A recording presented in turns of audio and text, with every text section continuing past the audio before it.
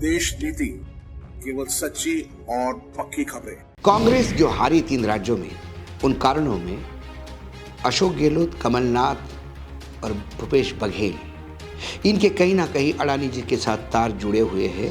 1-2 महीने महंगाई अपने चरम पे होगी। महंगाई का तड़का एक तरफ, बेरोजगारी का एक तरफ, आत्महत्याओं के आंकड़े में कोई कमी नहीं। खबरें कुछ भी उड़े, इंडिया गठबंधन यहाँ रहेगा। कि कांग्रेस का अरोगेंस, जो अहंकार है, वो 7वें आसमान पे था। हारने के बाद कम से कम कांग्रेस लो डाउन करके बात करेगी। काउ बेल्ट के आगे, नर्मदा के आगे बीजेपी है ही नहीं। कर्नाटक में थी, वो हाशिए पे आ गई। महाराष्ट्र में 48 में से 40 सीटें यदि बीजेपी और उनको मित्रों को मिलेगी तो एक राहत वहाँ से है। उसके बाद आते हैं इंडिया गठबंधन पे।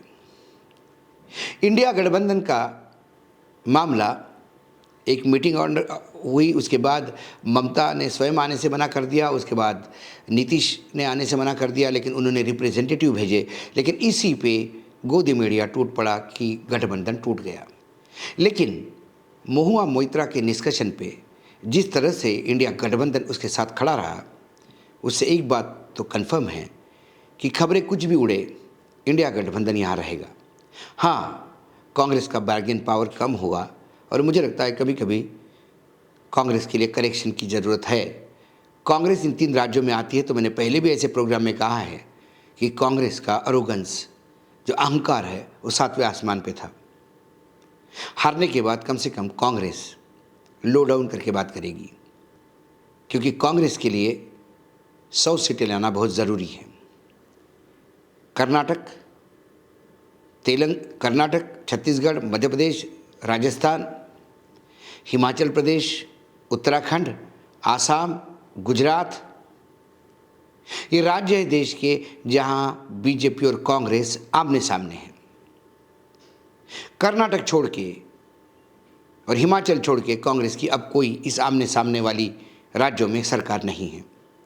आसाम में बीजेपी है, उत्तराखंड में बीजेपी है, छत्तीसगढ़, मध्य प्रदेश, राजस्थान में भाजपा है। तो अब इन 4 राज्यों में कितना दम मार पाएगी, ये बहुत बड़ी बात है। महाराष्ट्र एक ऐसा राज्य है जहां शरद पवार, उद्धव ठाकरे और कांग्रेस इकट्ठा लड़ रहे हैं। बीजेपी के लिए सबसे बड़ा प्रॉब्लम ये है कि मध्य प्रदेश, राजस्थान, छत्तीसगढ़ में वो अपनी सीटें बरकरार भी रहे, लेकिन बिहार, बंगाल और महाराष्ट्र का जो लॉस है 50-60 सीट का भी हो गया इन 3 राज्यों में, तो इसकी भरपाई कहाँ करेगी? क्योंकि काउ बेल्ट के आगे, नर्मदा के आगे बीजेपी है ही नहीं। कर्नाटक में थी, वो हाशिए पे आ गई। तमिलनाडु में पैर रखने की जगह नहीं, केरल में तो कोई पूछता नहीं। आंध्र प्रदेश में वो ज़रूर वाईएसआर कांग्रेस के साथ है, लेकिन जगन रेड्डी क्या गन पॉइंट पे उनके साथ है? ईडी के केस की वजह से या अपने मन से? एक राज्य है बीजेडी जहां उन्हें समर्थन मिलने का थोड़ा बहुत आशा है। लेकिन तेलंगाना में सत्ता पाने के बाद कांग्रेस ने यदि टीडीपी के साथ गठबंधन करके आंध्र प्रदेश में अपने पैर फैलाए तो फिर वो वाईएसआर रेड्डी के लिए मुश्किल पैदा कर सकती है। जो एक मित्र है बीजेपी का, वो संकट में आ सकता है। भाजपा गड्ढा कहाँ से भरेगी, इसके लिए मंथन जारी है। पूरा प्रयास महाराष्ट्र का है कि महाराष्ट्र में 48 में से 40 सीटें यदि बीजेपी और उनको मित्रों को मिलेगी तो एक राहत वहाँ से है। बाकी आरजेडी और जनता दल यूनाइटेड में कई बार प्रयास करने के बाद कोई टूट होने की संभावना नहीं दिखती। महुआ मोइत्रा ने तो बंगाल का केस और खराब कर दिया है। एक कारपोरेट सेक्टर में दबी जुबान में एक बात और भी कही जाती है। कांग्रेस जो हारी 3 राज्यों में,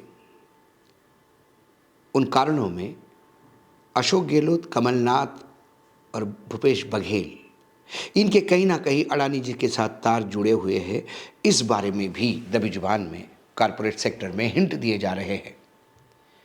हम आरोप नहीं लगा रहे, कारपोरेट सेक्टर की जो गलियारों में जो चर्चा होती है वो आप तक ला रहे हैं। इस बार आरबीआई ने रेपो रेट बिल्कुल नहीं बढ़ाए, वैसे की वैसे रखे। महंगाई का तड़का ज़रूर लगने वाला है, क्योंकि गेहूं का स्टॉक भी बहुत कम हो गया, रकबा भी कम हो गया। पानी के चलते अरहर 1 महीना लेट आ सकती है। 150 के ऊपर दाल चली गई। आने वाला 1-2 महीने महंगाई अपने चरम पे होगी। सब्जियों के भाव भी बहुत ऊपर होंगे। महंगाई का तड़का एक तरफ, बेरोजगारी का एक तरफ, आत्महत्याओं के आंकड़े में कोई कमी नहीं, और लॉ एंड ऑर्डर राम भरोसे। राम का मंदिर, रामलला की प्राण प्रतिष्ठा 2024 में नैया पार लगाएगी या फिर राम नाम सत्य होगा, ये तो समय बताएगा। आज इतना ही, फिर आता हूँ अगले सप्ताह बहुत सारी खबरों के साथ। तब तक के लिए नमस्कार, देखते रहिएगा देश नीति। आपका एक सब्सक्राइब हमारे लिए महत्वपूर्ण है। देश नीति को अभी सब्सक्राइब करें और बेल आइकन को दबाना ना भूलें।